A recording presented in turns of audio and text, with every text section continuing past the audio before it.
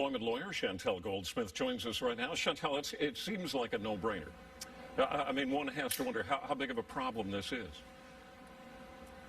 It really is a no-brainer. Currently, under the Human Rights Code, they've actually, it's discriminatory to have any sort of gender stereotypes clothing. So if an individual right now currently has an issue with respect to their uniform and not being able to wear the male stereotypical clothing or the female stereotypical clothing, they're protected under the Ontario Human Rights Code.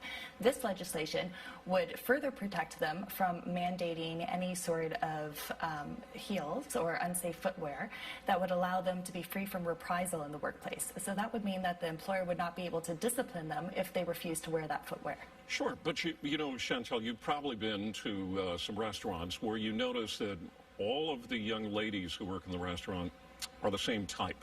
They're good-looking young women. They wear clothing that shows off their figure. They're in high heels. Here's what I worry about.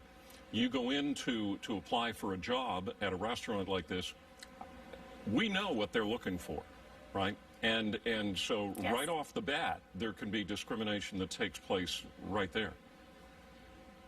So they are free to bring a human rights application in the event that they're discriminated against in the job interview itself.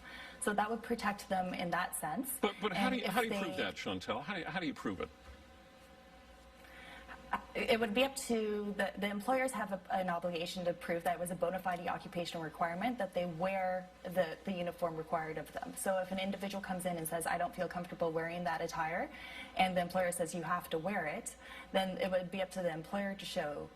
They have the onus of showing that it's a bona fide occupational requirement.